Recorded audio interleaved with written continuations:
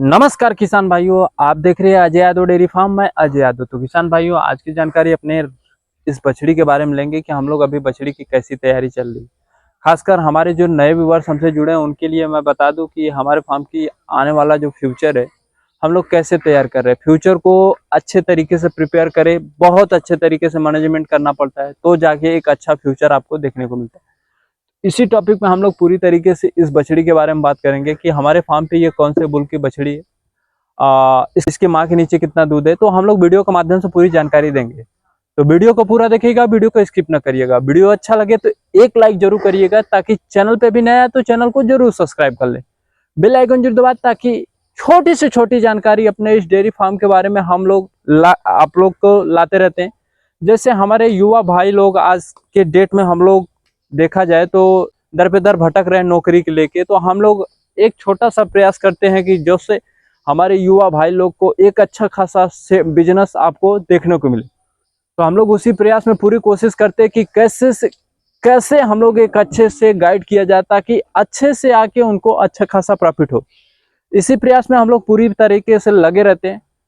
तो हम लोग इसी टॉपिक पे हम लोग पूरी तरीके से आज बात करने वाले हैं। तो आइए हम लोग वीडियो को स्टार्ट है। किसान भाइयों की जो ये हमारे फार्म की बछड़ी है, खुद एबीएस रोडियो की बछड़ी है, एबीएस का रोडियो बुल है, उसकी बच्ची है, जो हम लोगों ने बहुत स्ट्रगल करके जो हमने अपने फार्म पे इस बछड़ी को तैयार किया, ताकि हम लोग जैसे जीरो लेवल से स्टार्टअप किए, हमारे पास उतना इन्वेस्टमेंट नहीं था कि हम लोग एक अच्छी गाय को खरीद लाएं, एक अच्छी गाय से परचेजिंग करके अपने डेयरी फार्म का संचालन करें।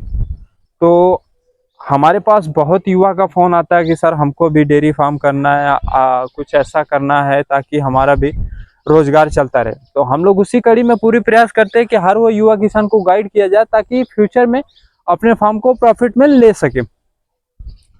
दर पे दर भटक रहे हैं इधर उधर, तो उनके लिए मैं एक सीधा सिंपल साधारण तरीके से हम लोग बताते रहते हैं कि डेयरी फार्म एक अच्छा ऐसा बिजनेस है जो जिससे आप बहुत अच्छा खासा इनकम कर सकते हैं। तो हम लोग उसी कड़ी में पूरी प्रयास में लगे रहते हैं कि हम लोग बताया जाए कि कैसे डेयरी फार्म का चालू करना चाहिए, कैसे तैयार करना चाहिए बछड़ी। उसी टॉपिक पे आज मैं बता दूं, ये हमारी एबीएस की रोडियो बुल की बछड़ी है, जिसमें हम लोगों ने एबीएस रोडियो बुल के जो बच्ची को हम लोगों ने पाने के लिए हम लोगों ने शुरू में खाली सीमन पे खर्च हम लोगों ने 12 से 13 हजार रुपये का खर्च कर दिया। पहले क्या होता था कि हमारे फार्म पे उतना हम जागरूक नहीं थे, मालूम था कि सीमन लगाना अच्छा है।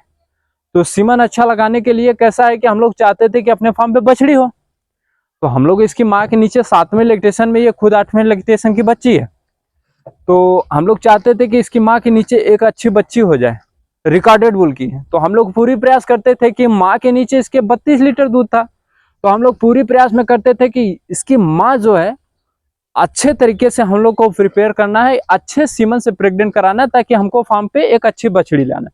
क्योंकि हम लोग जो डेयरी फार्म चालू किए थे, हमारा डेयरी फार्म 1985 या 85 हमारे जन्म से पहले का चल रहा है, ऐसा हम लोग बोल सकते हैं। हम लोग जो हमारे जन्म से पहले का डेयरी फार्म चल रहा है, तो उसके पहले से ही चल रहा था। लेकिन कैसा होता था कि ऐसा एक समय आ गया कि डेयरी फार्म को बंद करना पड़ा, बंद करने के कगार पे आ चुका था, क्योंकि डेयरी फार्म पे उतना दूध नहीं होता था। दूध नहीं होने की वजह से कैसा है कि प्रॉफिट नहीं होता था। प्रॉफिट घर का खर्च, ऐसा हो सकता है कि घर का खर्च, पूरा मैनेजमेंट, खेती बाड़ी सब इसी पे निर्भर होता था। तो ऐसा हो गया कि एक समय कि इससे प्रॉफिट नहीं होता था, जो लॉस ही लॉस हर समय होता था। तो बंद करने के कगार पे आ गया, तो पिताजी इसको छोड़ दिए। पिताजी कहीं नौकरी करने चले गए। फिर बड़े भैया के साथ ये बिजनेस आया। बड़े भैया भी करते करते, क्योंकि अच्छा तो हम लोग खिलाना पहले से जानते थे, लेकिन अच्छा ब्रीड के बारे में हम लोग को पूरी जानकारी नहीं थी। तो अच्छे ब्रीड ना होने की वजह से कैसा होता है कि कितना भी अच्छा आप फीडिंग कर लो, अच्छा ब्रीड नहीं होगा तो अब तक आपके फार्म पे अच्छा दूध नहीं होगा। तो उसी कड़ी में हम लोग पूरी प्रयास में लगे रहते थे कि हमारे फार्म पे इस बछड़ी से अच्छा दूध हो। लेकिन उस बुल का रिकॉर्ड नहीं था, जुनामिक बुल नहीं था। तो आने वाली जो जीन्स से अपने ऊपर ज्यादा नहीं लेके जाता था। इसके वजह से कैसा होता कि हर साल फार्म पे मार खा जाते थे हम लोग। तो हम लोगों ने एक समय ऐसा है कि वो भी बड़े भैया भी इस बिजनेस को ठुकराने लगे। तो मेरे ऊपर आया। तो हम लोगों ने एक रिसर्च किया कि अपने फार्म पे एक रिसर्च किया जाए ताकि अच्छे से इस बिजनेस को चलाया जाए। तो हम लोगों ने रिसर्च करने के बाद हम लोगों ने बहुत सारा रिसर्च किया कि खेत में एक अच्छा बीज बीज डालते हैं तो क्यों डालते हैं हर साल का साल, एक अच्छा बीज डालते हैं कि एक अच्छा पैदावार लिया जाए। तो हम लोग उसी पे हम लोगों ने सोचा कि हम लोग पिताजी से पूछे, सबसे पूछे कि एक अच्छा बीज डालने से प्रॉफिट क्या होता है। तो लोग बताने लगे कि एक अच्छा बीज डालोगे तो आप पे आपके फार्म आपके खेत में एक अच्छा प्रॉफिट होगा, जिससे पैदावार अच्छा होगा। तो हम लोगों ने सोचा कि इसी को हम लोग एक डेयरी बिजनेस में हम लोग कन्वर्ट किया जाए।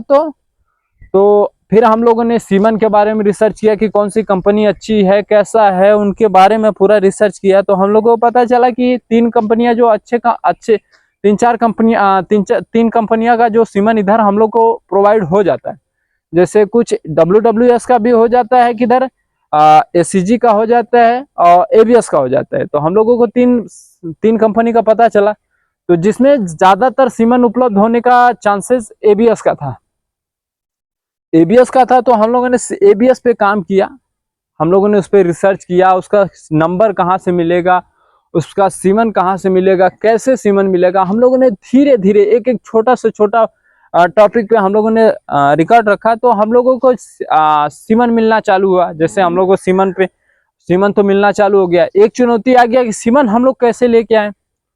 अब एक चुनौती सीमन का आ गया, तो हम लोगों ने कैसा है कि जो मिल्टन का थर्मस आता है, जो चाय इत्यादि पानी सब लोग पीते हैं उसी वाले में, तो हम लोगों ने उसी को अपनाया, जिसमें आधा लीटर का, जिसमें अभी पशु हीट में आया तो कल यही शाम को करना है। तो हम लोग दोपहर को जाते थे, दोपहर को सीमन ला के शाम तक यही करवाते थे। तो ऐसे में हम लोग कैसा बहुत चुनौतियां झेले। बहुत चुनौतियां झेलने के बाद हम लोग के फार्म पे अब जाके हमारे फार्म पे एक अच्छी अच्छी बछड़ी आ चुकी है, जिस बछड़ी के माँ के इस बछड़ी के माँ के नीचे 32 लीटर हम लोगों ने 7वें लैक्टेशन में निकाला। ये 8वें लैक्टेशन की बच्ची है।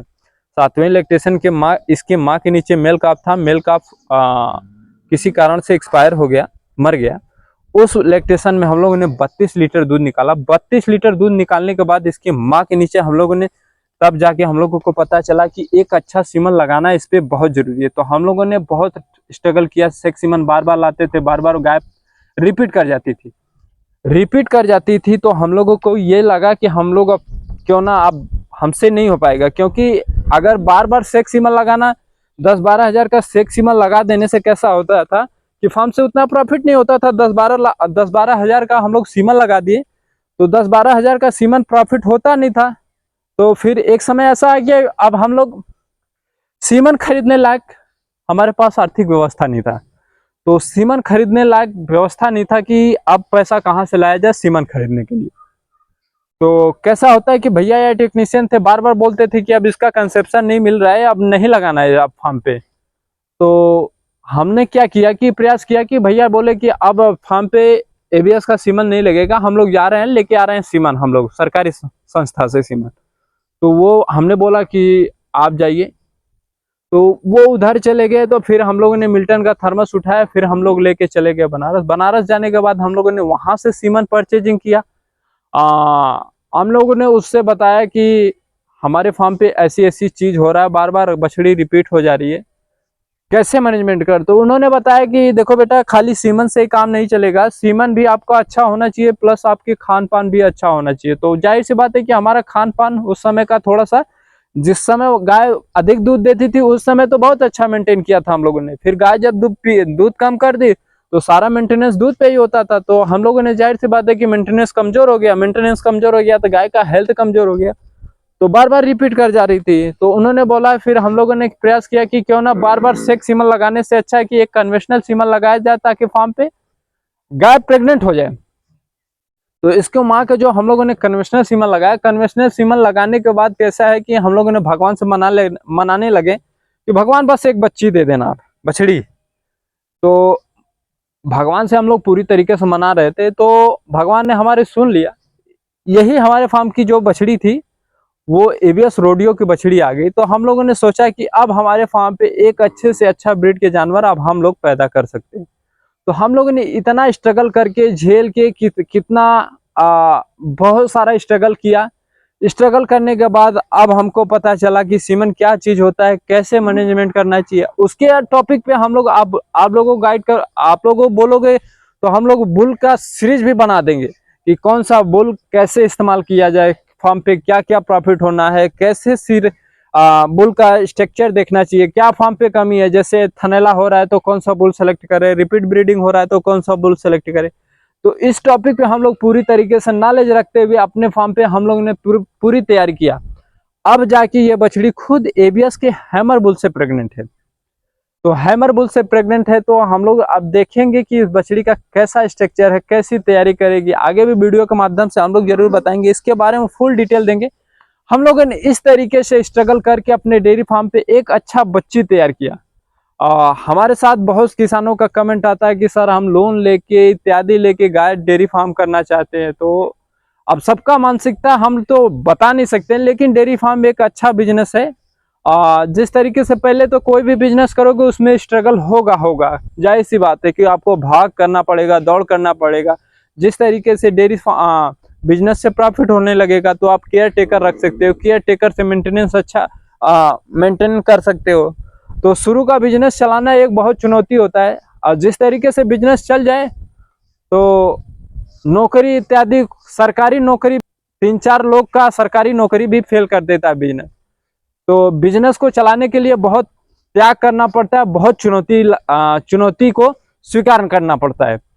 तो हम लोगों ने पूरी तरीके से स्वीकार किया। आज हमारे डेयरी फार्म पे ये बच्ची कुछ दिन में काविंग करेगी। इसका भी डेट हम लोग जल्द से जल्द बताएंगे, कितना समय लेगी और कैसी अभी तैयार हो रही है, किस तरीके से हम लोग फीड मैनेजमेंट कर रहे हैं। जल्द से जल्द इस पे वीडियो बनाएंगे, वीडियो काफी लंबा हो चुका है। तो किसान भाई वीडियो कैसा लगा जरूर कमेंट करके बताइएगा। कैसे आप लोगों को हम लोग गाइड कर सकते हैं, एक छोटे से छोटे टॉपिक पे हम लोग सोचते हैं कि पूरी तरीके से बताया जाए। अगर आप लोगों का कमेंट आए कि बुल सीरीज पे भी वीडियो बनाया जाए तो बुल सीरीज पे भी वीडियो पूरी तरीके से बनाया जाएगा। तो उम्मीद करते हैं किसान भाइयों वीडियो आपको अच्छा लगा हो। वीडियो अच्छा लगा हो तो एक लाइक जरूर करिएगा, चैनल पे भी नया है तो चैनल को जरूर सब्सक्राइब कर ले, बेल आइकन जरूर दबा, ताकि छोटी से छोटी जानकारी अपने डेयरी फार्म के बारे में हम आप लोगों को अपडेट देते रहते हैं। मिलते हैं एक नए वीडियो के साथ किसान भाइयों। Subscribe now and press the bell icon. Never miss an update.